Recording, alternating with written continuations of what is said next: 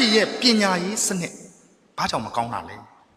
ပညာရေးစနစ်ကမကောင်းဘူးလို့ပြောကြတယ်ပညာရေးစနစ်ကမကောင်းရင်တခြားဘာစနစ်တွေရောကောင်းနေလို့လဲကျွန်တော်ဆရာတွေကပြောပါတယ်စာရေးဆရာနှစ်ယောက်ဒေါက်တာစန်းထွန်းနဲ့စန်းထွန်းတောင်ဆိုတဲ့နာမည်နဲ့ရေးတယ် philosophy ကဒေါက်တာဆရာရဲ့ကျွန်တော်ကိုရဲရှမ်းကပြောတယ်ကိုရဲရှမ်းဆိုတာစာရေးဆရာရန်ကုန်မိရထားဒုယုံပိုင်ကြီးဒုယုံပိုင်ချုပ်သူကမိရထားဌာန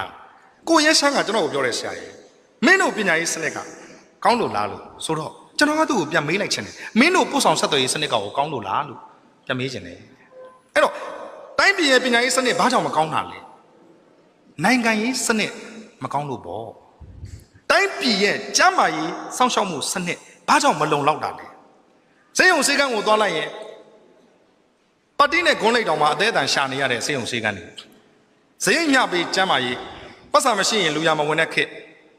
မြောင်းမြမှာထူးထူးဆန်းဆန်းနေကြားရပြီယောဂဝေဒနာကိုခွဲစိတ်ဖို့အတွက်နတ်စမာက8000ခွဲကုန်မယ်လို့ပြောသွားတယ်ယောဂဝေဒနာခံစားနေရတဲ့ပုဂ္ဂိုလ်က8000ခွဲသူမတတ်နိုင်ပါဘူးဆိုပြီးတော့မိမပြန်မလာခင်မှာကျွဲကျိုးချပြီးတော့တည်ဆုံးသွားတယ်အခုမြောင်းမြစေယုံဟာစာနာဖော်ထုတ်ခြင်းခံရတဲ့စေယုံတယုံအစရှိသဖြင့်ဒါကြောင့်ကျန်းမာရေးစောင့်ရှောက်မှုစနစ်မလုံလောက်တာလေနိုင်ငံရေးစနစ်မှာမကောင်းပဲကိုဒါကြောင့်တိုင်းပြည်ရဲ့စီးပွားရေးစနစ်မကောင်းရတာလေနိုင်ငံရေးစနစ်မှာမကောင်းပဲကိုတိုင်းပြည်ရဲ့အားကစားဘောလုံးကန်တဲ့တဲတဲလုံးအားပေးကြတဲ့ဘောလုံးဘာကြောင့်ကန်တိုင်းရှုံးနေတာလဲနိုင်ငံရေးစနစ်မှာမကောင်းတာကိုလူတွေရဲ့စိတ်ဓာတ်တွေမှာမကောင်းမဲနဲ့အဲ့ဒီဘောလုံးတစ်သက်လုံးမနိုင်နိုင်ပါဘူးသူလဲခြေနဲ့ချောင်းကိုလဲခြေနဲ့ချောင်းနဲ့ကစားတဲ့ကိစ္စတို့တော့သူ့စိတ်ဓာတ်နဲ့ကိုယ်စိတ်ဓာတ်နဲ့ဖြတ်စည်းခံထားရတဲ့စိတ်ဓာတ်နဲ့ရှင်လန်းနေတဲ့စိတ်ဓာတ်မတူဘူးအစအအရာရာအားလုံးကိုခြုံလိုက်ရင်မောင်းကျွက်ကလေးလိုပဲကိုနဲ့မဆိုင်ဘူးဆိုပြီးတော့နေလို့မရဘူးတိုင်းပြည်ရဲ့နိုင်ငံရေးစနစ်ကမကောင်းတဲ့အတွက်အစအရာရာဟာချုပ်ယွင်းပြီးတော့နေကြရတယ်ဒါကြောင့်အဲ့ဒီနိုင်ငံရေးစနစ်ကိုပြုတ်ဖို့ပြင်ဖို့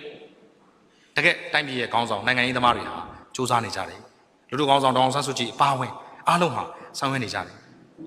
တကဘာလုံးကအသိမှတ်ပြုတ်ပြီးဥညွှတ်ရတဲ့တောင်ဆန်းစုကြည်မျိုးရိုးကောင်းတဲ့တောင်ဆန်းစုကြည်ဗိုလ်ချုပ်အောင်ဆန်းရဲ့သမီးတကဘာလုံးကလိုလားတဲ့ခေါင်းဆောင်တယောက်ဒီကျောင်းသူကျောင်းသားတွေနိုင်ငံတကာကိုပညာတော်သင်တွေသွားဖို့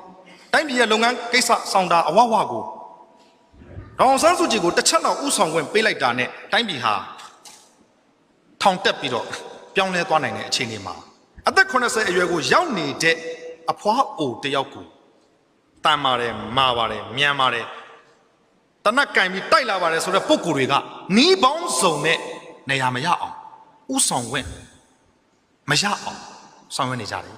စိတ်တက်ရေးရာအဖြစ်အင်မတန်မှရှက်ရွံ့စရာဝင်းနေစရာကြေကွဲစရာကောင်းလုံးပါလေဂျာမန်ပြဿနာရေးဆရာကြီးဘာတော့ဘရက်ချ်ကပြောပါတယ်